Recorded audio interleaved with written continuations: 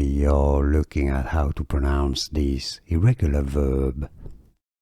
The three forms of the verb to learn, the past tense, is pronounced as learnt, just like the base, the infinitive, learn, but with a T at the end. So it's not learned, not a D, a T. Learned, learned. Last year I learned a lot from school. The participle is pronounced also as learned.